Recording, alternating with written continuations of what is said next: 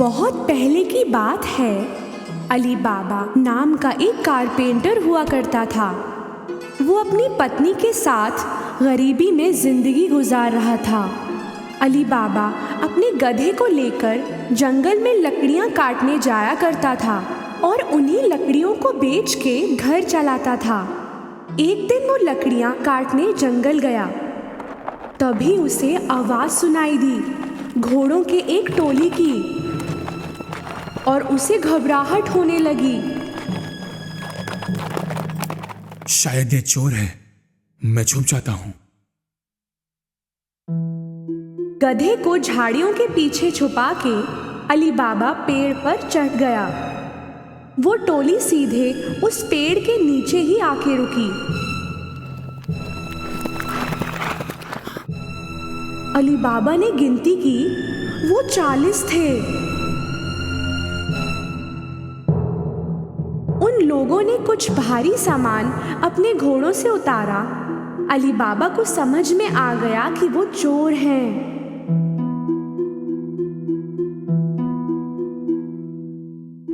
उनका सरदार एक बड़े चट्टान की तरफ गया और चिल्लाया, खुल जा सिम सिम।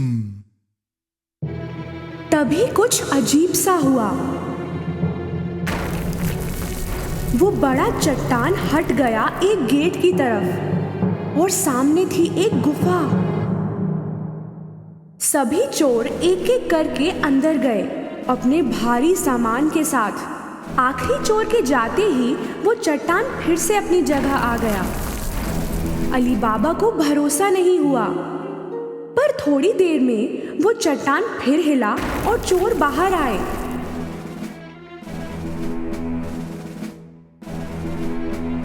सरदार बाहर आया और फिर से चिल्लाया, बंद हो जा सिम सिम।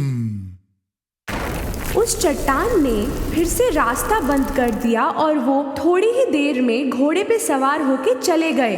अली बाबा पेड़ से नीचे उतरा और सीधे चट्टान की तरफ गया। उसने वही शब्द कहे, खुल जा सिम सिम।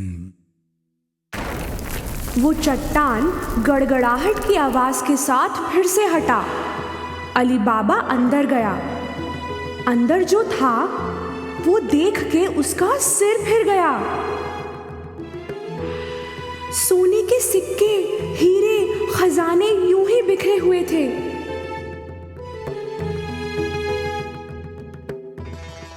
उसने चौंक के 3 झोले भर के सामान लिया और निकल गया। बाहर उसने फिर से वही शब्द बोले जो सरदार ने बोले थे, बंद हो जा सिम सिम। उसने सारा सामान अपने गधे पर रखा और घर चला। घर पहुंच के उसने अपनी पत्नी को वो सामान दिखाया।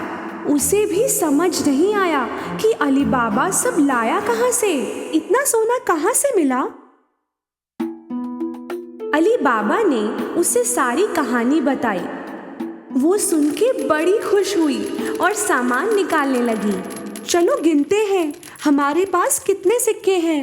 नहीं, एक गड्ढा खोदकर उसमें छुपा देते हैं। तो तुम दफनाने के लिए जगह बनाओ, मैं तुम्हारे भाई कासिम से नापने के लिए बर्तन लेके आती हूँ। अली बाबा का भाई कासिम बहुत अमीर था पर लालची भी। वो कभी अली बाबा की मदद नहीं करता, इसलिए अली बाबा ने बोला, सिक्कों के बारे में किसी से कुछ मत कहना, किसी से भी नहीं। उसकी पत्नी कासिम से नापने का बर्तन मांगने पहुंची। कासिम को दाल में कुछ काला लगा तो उसने पूछा, तुम्हें क्यों चाहिए? क्या नापोगी उसमें? अली बाबा की पत्नी ने कुछ झूठ मूठ का बोल दिया। कासिम को उस पे भरोसा नहीं हुआ। उसने चुपके से बर्तन के नीचे शहद लगा के दे दिया। उसी बर्तन में सोने के सिक्के नापने लगे दोनों और फिर सारे सिक्के दफना दिए।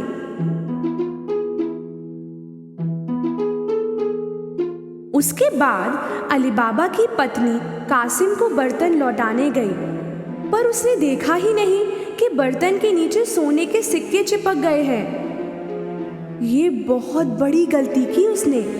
कासिम को बर्तन मिलते ही उसने नीचे की तरफ देखा। सोने का सिक्का देख के वो हक्का बक्का रह गया। कहां से मिला होगा अली बाबा को वो सोना?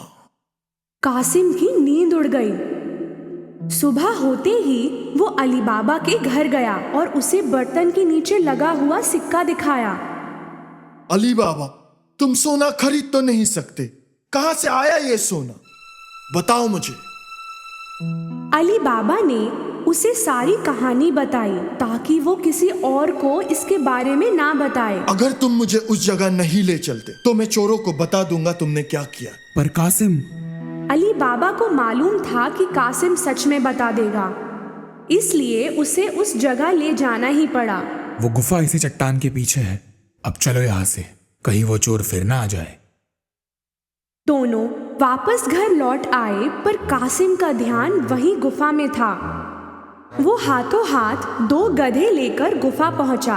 वहां पहुंचते ही उसने वो शब्द दोहराए जो अली बाबा ने बोले थे, खुल जा सिम सिम। वो चट्टान हट गया और रास्ता खुल गया। कासिम को भरोसा नहीं हुआ। अंदर का नजारा उसे हक्का बक्का कर गया। इतना सोना देख के उसका दिमाग खराब हो गया। जल्दबाजी में उसने सोना भरा अपने झोलों में। जब जगह नहीं बची वो बाहर निकलने लगा, पर वो तो चट्टान से बंद पड़ा था और उसे खोलने के लिए जो शब्द बोलने थे वो उसे याद नहीं आ रहे थे, तो वो कुछ भी अनशंट बोलने लगा। खुल जा टिम टिम, खुल जा कुमकुम, खुल जा जिम जिम। कितना भी बोला पर वो चट्टान टस से मस नहीं हुआ। घबराया हुआ, उसे कोई रास्ता नहीं मिल रहा था। इतनी देर में चोर गुफा पहुंच गए। उनको कासिम के गधे देख के शक हुआ और उन्होंने अपनी तलवार निकाली। खुल जा सिम सिम।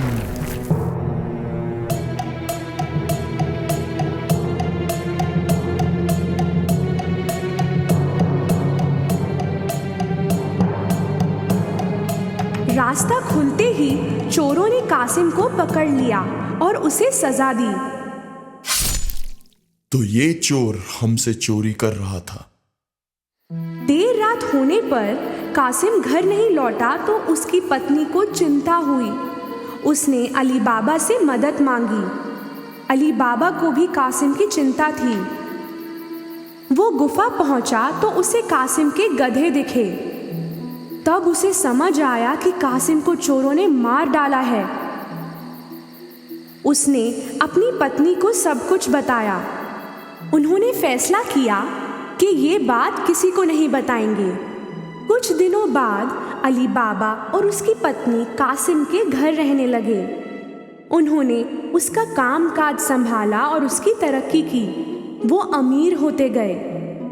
उसी समय चोरों के सरदार को समझ आया कि गुफा से सोना दिन पे दिन कम होता जा रहा है, तो उसने एक चोर को ध्यान रखने के लिए कहा,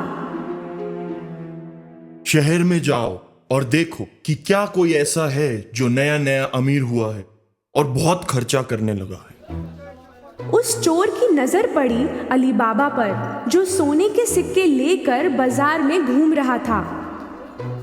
उसने उसका पीछा किया। अली बाबा के घर में घुसते ही चोर ने दरवाजे पर निशान लगा दिया।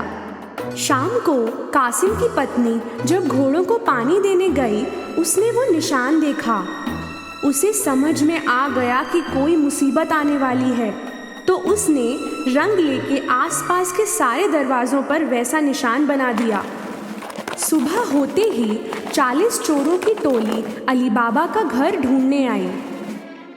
तब उन्हें सारे दरवाजों पर वो निशान दिखा। हार के वो लौट गए।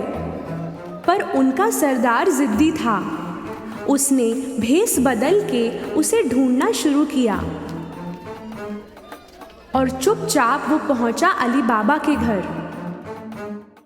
दरवाजा खटखटाया तो अली बाबा ने खोला। मैं बहुत दूर से आया हूं। मैं तेल बेचने निकला था। सुनने में आया है कि आप यहाँ के सबसे अमीर इंसान हैं। तेल बहुत अच्छा है, खरीदेंगे? अली बाबा ने सरदार को तेल का व्यापारी समझ के रात को खाने पे आने के लिए कहा। तेल की 40 बरनियां लेके वो अली बाबा के घर पहुंचा। अली बाबा ने उसकी बहुत खातिरदारी की। रात को वहीं रुकने की सलाह देने पर सरदार ने खुशी खुशी हाँ कह दिया। जब वो दोनों खाना खा रहे थे, कासिम की पत्नी तेल की बरनियां देखने गई। उन्हें कुछ आवाज सुनाई दी। हम निकले अभी? नहीं, थोड़ी देर और। तब उन्हें समझ आया कि तेल नहीं, इनमें तो चोर छुपे हैं, और उसे समझ आया कि ये लोग क्यों आए हैं। वो रसोई में गई और काफी तेल गरम किया और हर एक बरनी में गरम तेल डाला। अंदर बैठे चोरों की हालत खराब हो गई और वो कुछ कर भी ना पाए।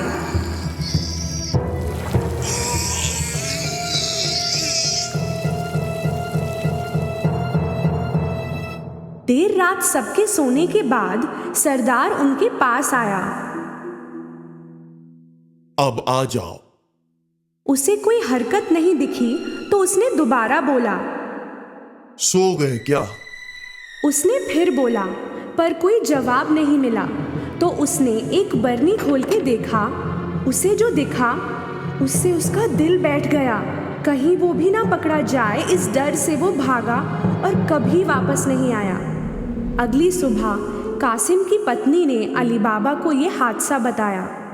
अब वो बिना चोरों की चिंता किए पूरे परिवार के साथ हंसी खुशी जिंदगी बिताने लगे।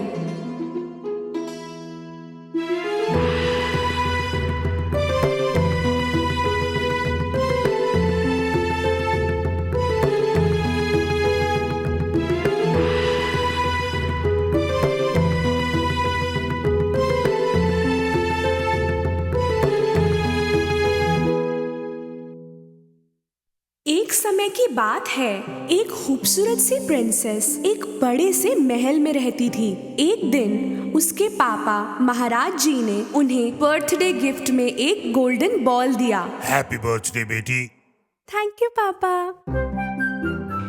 प्रिंसेस को ये गोल्डन बॉल बहुत पसंद था और वो अपना सारा वक्त उसके साथ खेलने लगी।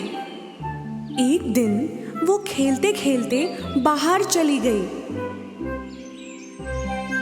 प्रिंसेस बॉल से खेलती खेलती एक पॉन्ड के पास पहुंच गई।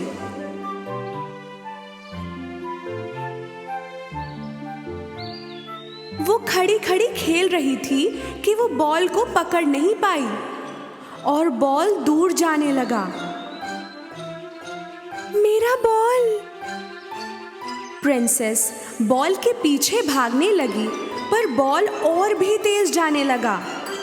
आगे जाके वो बॉल पॉन्ड में गिर गया और गहरे पानी में डूब गया। Oh no! प्रिंसेस पॉन्ड के पास बैठ के रोने लगी। ओह, मेरा प्यारा गोल्डन बॉल, अब मैं कैसे उसे वापस लाऊं? अचानक प्रिंसेस ने एक आवाज सुनी। रैबिट। मेरी सुंदर प्रिंसेस, आप क्यों रो रही हो? प्रिंसेस ने आसपास देखा, पर समझ नहीं पाई कि आवाज कहां से आ रही है। जब ध्यान से देखा तो देखा कि ये मेंढक की आवाज है, जो पास बैठ के प्रिंसेस को देख रहा था। मेंढक प्रिंसेस की तरफ कूदा और फिर से पूछा, क्या हुआ मेरी सुंदर प्रिंसेस, आप क्यों रो रही हो? प्रिंसेस हैरान हो गई जब उसने बोलते हुए मेंढक को देखा। एक बोलता हुआ मेंढक, ये कैसे हो सकता है? अरे प्रिंसेस, सामने बैठा हूँ आपके, अब बताइए क्यों रो रही हो? खुद को शांत करके प्रिंसेस अपनी कहानी बताने लगी। गोल्डन बॉल जो मेरे पापा ने मुझे दिया, वो पॉन्ड में गिर गया है और डूब गया। अब मैं क्या करूं? मेंढक प्रिंसेस के पैरों के नजदीक आया और एक तरीका बताया। सुंदर प्रिंसेस, मैं आपका बॉल ले आऊंगा, पर उसके बदले में आपको मेरे लिए कुछ करना होगा। प्रिंसेस समझी नहीं, पर क्या करना होगा? अगर आप मेरी दोस्त बन जाएं तो मैं आपके साथ महल में रहना चाहूंगा। प्रिंसेस ने इसके बारे में सोचा और उसकी बात मान ली, और मेंढक ने पानी में कूदी लगाई और अंदर गया। थोड़ी देर बाद मेंढक गोल्डन बॉल के साथ बाहर आया और बॉल को प्रिंसेस की तरफ फेंका। बॉल मिलते ही प्रिंसेस खुशी खुशी वापस महल में जाने लगी। प्रिंसेस को उसके बिना जाता देख मेंढक ने जोर से आवाज लगाई। मेरी सुंदर प्रिंसेस, आप मुझे भूल गई? आपने वादा किया था मुझे महल ले जाने का। प्रिंसेस दूर से चिल्लाई हंसते हुए। तुम्हारी जैसा गंदा दिखने वाला मेंढक मेरी जैसी सुंदर प्रिंसेस के साथ रहने की सोच भी कैसे सकता है? प्रिंसेस मेंढक को वहीं छोड़ के महल में चली गई। रात को महाराजा, रानी और प्रिंसेस डिनर टेबल पे बैठे। जब वो खाना खाना शुरू ही कर रहे थे, ठीक उसी समय उन्होंने दरवाजे पे दस्तक सुनी। मेड ने उन्हें बताया कि मेंढक आया है और कहा कि प्रिंसेस ने उसे इनवाइट किया है और वो अंदर आना चाहता है। महाराजा जी हैरान हुए और अपनी बेटी से पूछा, आप बताएंगी ये क्या हो रहा है बेटी? वो पापा। प्रिंसेस ने सब कुछ बताया जो सुबह पॉन्ड के पास हुआ। अगर तुमने मेंढक को वादा किया था बॉल बचाने के लिए, तो तुम्हें अपना वादा निभाना चाहिए। महाराजा ने मेड को कहा कि मेंढक को अंदर लाए। थोड़ी देर में दरवाजा खुला और मेंढक कूदते हुए अंदर आया और डिनर टेबल के नजदीक आके रुक गया। गुड इवनिंग सबको, और महाराजा जी थैंक यू मुझे अंदर बुलाने के लिए। एक लंबी सी छलांग लगा के मेंढक प्रिंसेस के प्लेट के पास आ पहुंचा।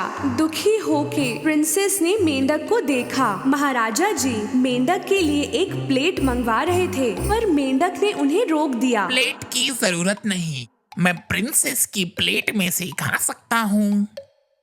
मेंढक ने प्रिंसेस की प्लेट में से खाना शुरू किया। प्रिंसेस परेशान हुई, पर सोचा कि डिनर के बाद तो वो वैसे भी चला जाएगा, तो कुछ ना बोली। पर मेंढक के कोई इरादे नहीं थे डिनर के बाद जाने के। जब प्रिंसेस टेबल से उठी तो मेंढक ने उन्हें रूम तक फॉलो किया। समय गुजरा और मेंढक को नींद आने लगी। मेरी प्रिंसेस, मुझे बहुत नींद आ रही है। अगर आप बुरा ना माने तो मैं आपके बेड पे सोना चाहता हूँ। पिता को बुरा ना लगने के डर से प्रिंसेस ने इस बात के लिए भी हाँ कह दिया।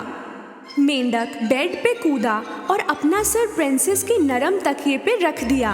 अपना सारा गुस्सा ना दिखाने की कोशिश करते हुए प्रिंसेस मेंढक की नजदीक सो गई।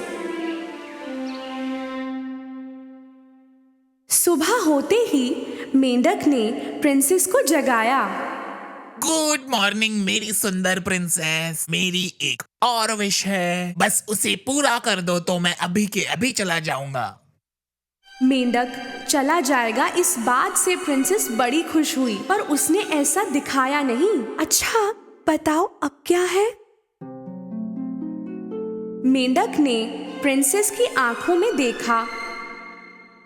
मैं चाहता हूँ कि आप मुझे किस करें प्रिंसेस। प्रिंसेस गुस्से में उससे दूर खड़ी हुई। तुम्हारी हिम्मत कैसे हुई? ये नहीं होगा। मेंढक के चेहरे की मुस्कान गायब हो गई और उसकी जगह आंसू टपकने लगे। प्रिंसेस ने थोड़ी देर तक सोचा, इसमें क्या है? एक छोटी सी किस ही तो है और उसके बाद इसे छुटकारा। और प्रिंसेस ने मेंढक को किस किया। जैसे ही प्रिंसेस ने मेंढक को किस किया, पूरा कमरा सफेद रोशनी से भर गया। रोशनी में प्रिंसेस को कुछ दिखाई नहीं दिया। थोड़ी देर बाद जब रोशनी गुम होने लगी, प्रिंसेस को फिर से दिखने लगा, पर इस बार उसे अपनी आंखों पर यकीन नहीं हुआ। वहीं जहां मेंढक खड़ा था, अब एक हैंडसम आदमी था। प्रिंसेस को पता नहीं था कि ये सच है या नहीं, और इसलिए उन्होंने पूछा, तुम कौन हो? उस मेंढक को क्या हुआ? मेरी सुंदर प्रिंसेस, मैं एक दूर राज्य का प्रिंस हूँ। एक चुड़ैल ने जादू करके मुझे मेंढक बना दिया था। वो जादू तोड़ने के लिए मुझे एक प्रिंसेस के साथ एक रात रहना था और एक किस लेनी थी। आपने मुझे हमेशा मेंढक रहने से बचा लिया। प्रिंसेस हैरान तो हुई पर बहुत खुश भी हुई। दोनों महाराजा के पास गए और पूरी बात बताई। बेटी, मेंढक ने तुम्हें ये दूसरी बात सिखाई है। हमें किसी की सच्चाई जाने बिना उसके दिखने के तरीके से उसके बारे में फैसले नहीं लेने चाहिए। महाराजा ने कुछ और दिन प्रिंस की मेहमान नवाजी की अपने महल में। प्रिंस और प्रिंसेस पॉन्ड के पास आए जहां वो पहली बार मिले थे। मेरी प्रिंसेस, क्या आप मुझसे शादी करोगी और मेरे घर चलोगी?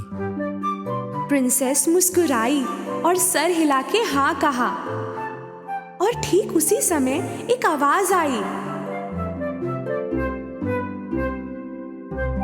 रिबिट, रिबिट। दोनों आवाज जहां से आई वहां मुड़े और देखा वहां पॉन्ड के नजदीक एक मेंढक था।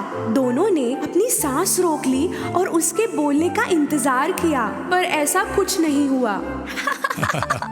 चिंता मत करो छोटे मेंढक, एक दिन तुम्हें भी तुम्हारी प्रिंसेस मिलेगी।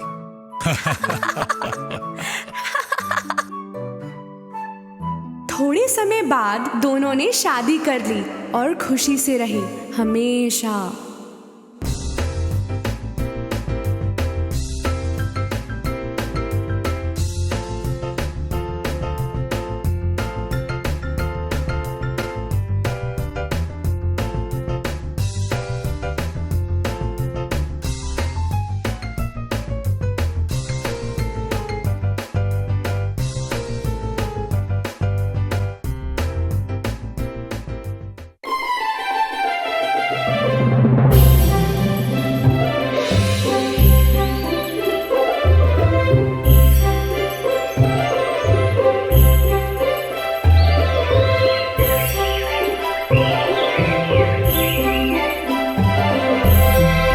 एक वक्त की बात है, बहुत दूर एक जगह में दो बेस्ट फ्रेंड्स थे जो एक दूसरे के पड़ोसी थे।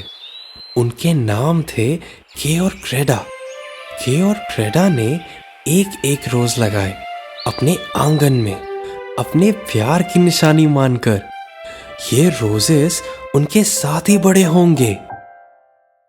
ठंड का मौसम था और सब तरफ बर्फ ही बर्फ गिर रही थी, और उसी के साथ वक्त आ गया था क्रेडा की दादी माँ से मजेदार कहानियां सुनने का।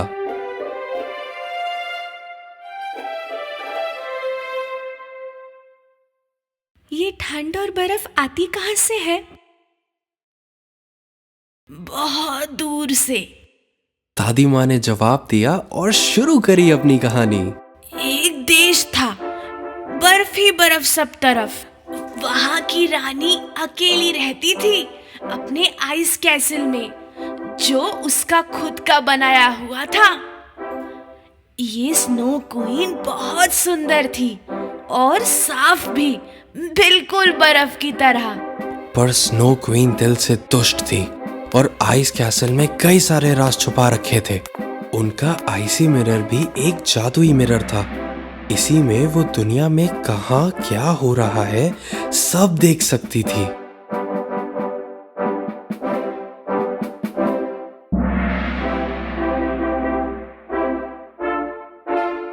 तभी ग्रेडा को ऐसा लगा कि स्नो क्वीन खिड़की से उन्हें देख रही है। के दादी माँ, देखो स्नो क्वीन खिड़की पे। अरे कोई बिल्ली होगी ठंडी से परेशान। दादी माँ, क्या स्नो क्वीन यहाँ आ सकती है? आने दो, मैं उसे फटाक से चिमनी में डाल दूंगा, पिघल के पानी हो जाएगी वाटर क्वीन। अपने आईसी मिरर में स्नो क्वीन ने देखा कि के क्या बोल रहा था। तो तुम मुझे चिमनी में डालोगे और वाटर क्वीन बनाओगे? मेरे आइस स्पार्कल्स, जाओ, मेरी शक्ति से इस लड़के को ढूंढो। उसका दिल और आंखें मुझे चाहिए। उसकी नजर में बुराई भर दो और उसके दिल से प्यार को निकाल दो। स्नो क्वीन ने अपने आइस स्पार्कल्स को यह ऑर्डर दिया। धीरे से एक बर्फीला तूफान ग्रेडा के घर की तरफ तेजी पकड़ने लगा और आइस स्पार्कल्स उसी के साथ जा रहे थे। बाहर क्या हो रहा है ये देखने के लिए के ने खिड़की खोली। ग्रेडा तभी चिल्लाई, के नहीं। पर देर हो चुकी थी। मेरी आंखें, कुछ घुस गया आंखों में और दिल में, क्या है ये सब? और तभी आइस स्पार्कल्स ने स्नो क्वीन का काम कर दिया था। उसकी आंखों और दिल में चोट लग चुकी थी और के बदल चुका था। ग्रेडा ने पूछा कि क्या हुआ, पर वो उस पे पलट के चिल्लाया, कुछ नहीं हुआ, ठीक हूं, परेशान मत करो। ये पहली बार था कि के ने ग्रेडा से बदतमीजी से बात करी। ग्रेडा की समझ में नहीं आ रहा था कि वो ऐसा क्यों कर रहा है। के अगली सुबह भी बदतमीजी से बात कर रहा था। जब वो अपना स्ले निकाल रहा था, ग्रेडा ने पूछा कि कहाँ जा रहे हो। वो वापस उस पे भड़क गया। वो स्ले पे चढ़ के चला गया। ग्रेडा उस तक नहीं पहुंच पाई। अचानक उसके सामने स्नो क्वीन आ गई और के उसके पीछे जाने लगा। ग्रेडा कुछ भी ना कर सकी क्योंकि वो गायब हो गए। स्नो क्वीन उसे अपने आइस कैसल ले जा रही थी। ग्रेडा खिड़की पर उसकी राह देखती रहती। दिन, महीने गुजर गए और ठंड का मौसम भी गया, पर के नहीं आया। खुद कुछ करने की चाह से ग्रेडा निकल पड़ी अपने दोस्त को ढूंढने, साथ में सिर्फ दादी का दिया हुआ मिरर लेके।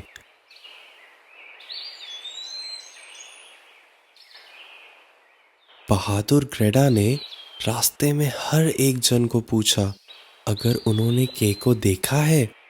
घूमते फिरते वो नदी तक पहुंची। आसपास उसे कोई नहीं दिखा जो उसे के बारे में बता पाए। उसने नदी से पूछा पर कोई जवाब नहीं आया। इतने में सिनक्रो आया उसके पास और बोला, नदी के पास है जवाब तुम्हारे लिए, पर पहले उसे एक गिफ्ट देना होगा। ग्रेडा ने अपना फेवरेट नेकलेस निकाल के नदी को गिफ्ट दे दिया। तभी एक जादू सा हुआ और एक बोट हाजिर हो गया। ग्रेडा ने सोचा कि नदी को उसका गिफ्ट पसंद आया है और ये रिटर्न गिफ्ट दिया है। उसके चढ़ते ही बोट खुद चलने लगी। बोट जाके किनारे रुकी। यहाँ एक सीक्रेट गार्डन था जिसमें फूल ही फूल थे, रंग बिरंगे। इतना सुंदर गार्डन उसने पहले कभी नहीं देखा था। पर कुछ गड़बड़ थी, इन फूलों में खुशबू नहीं थी।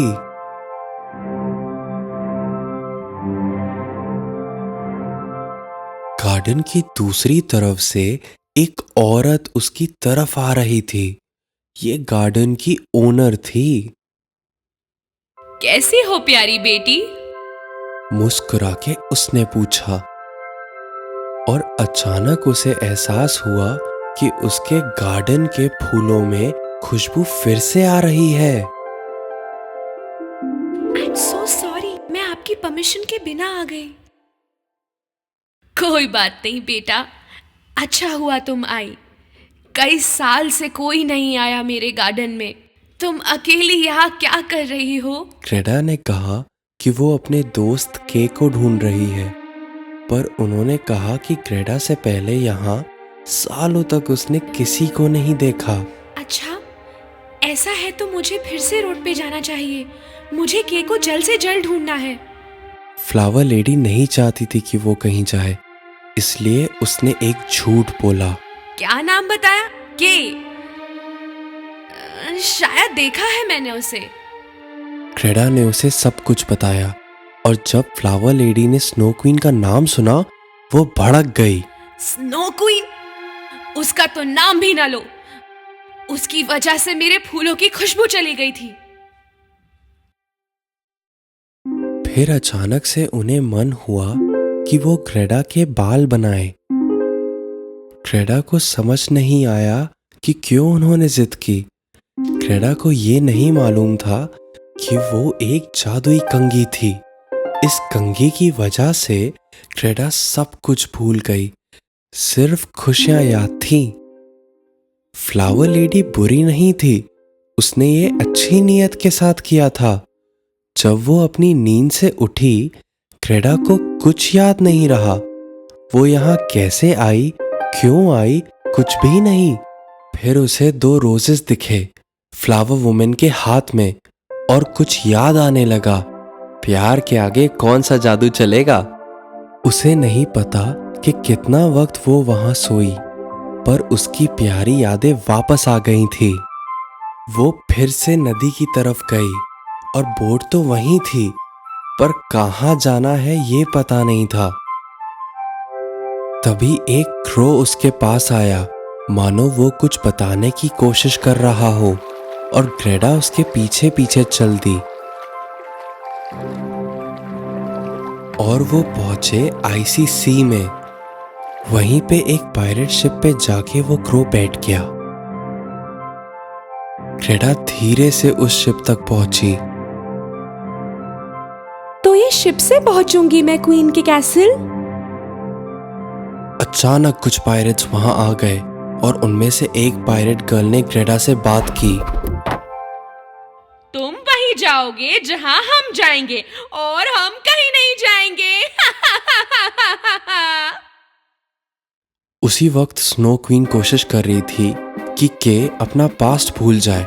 काफी कुछ तो वो भूल गया, पर क्रेडा उसके सोच से नहीं जा रही थी।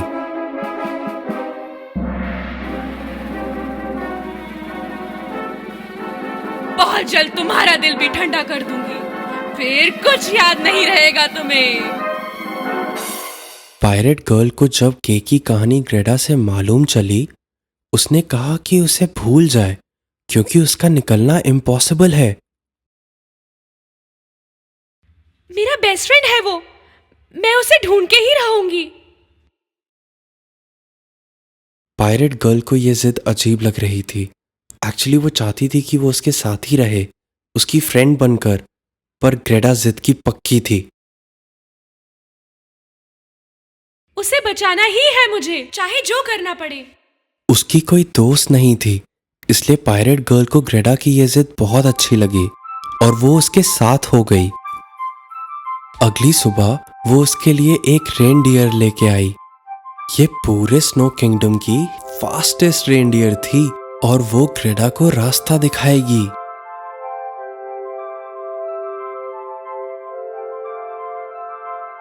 प्रॉमिस करो कि तुम उस स्नो क्वीन को पकड़ोगी और मेरी शिप को भी बचाओगी। हाँ, मैं प्रॉमिस करती हूँ, मैं आऊंगी।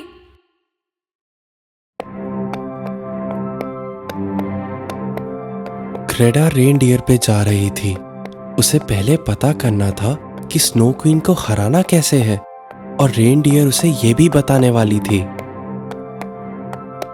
काफी चल के वो नॉर्थ पोल पहुंचे। वहां पे उन्हें एक ओल्ड मैन मिले। तो तुमने वो मिरर तोड़ दिया है ना?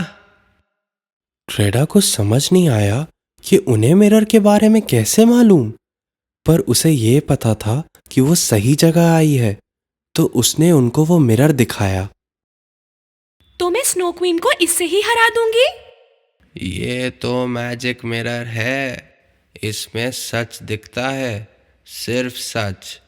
अगर सच कहीं भी छुपा हो तो भी दिखाता है।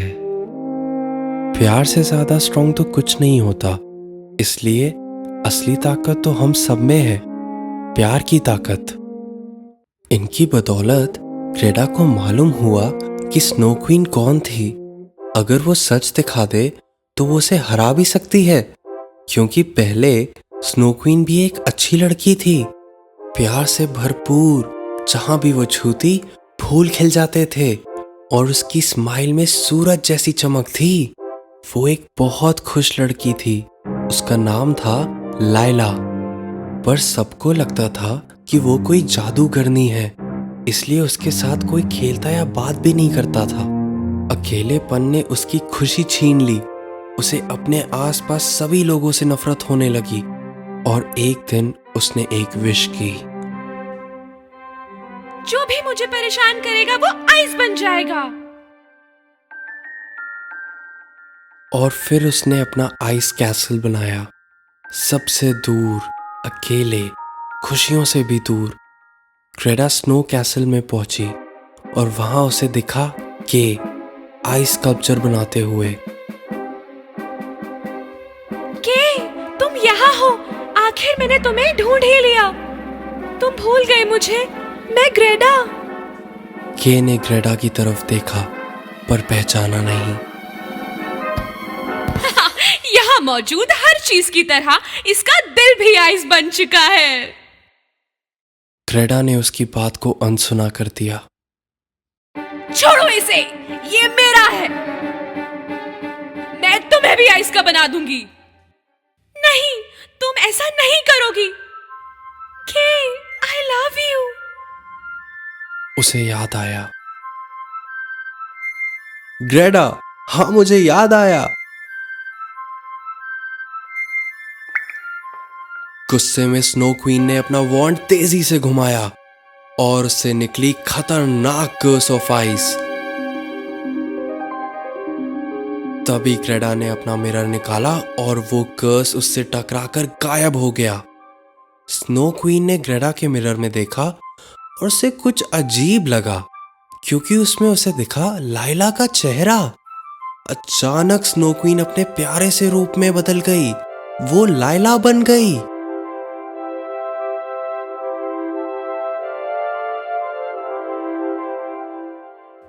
Thank you very much.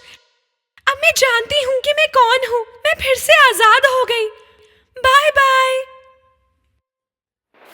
के और ग्रेडा एक दूसरे को देख के मुस्कुराए। अब से वो हमेशा साथ रहेंगे, एक साथ बड़े होंगे, उन दोनों रोजेस की तरह जो उनके आंगन में हैं।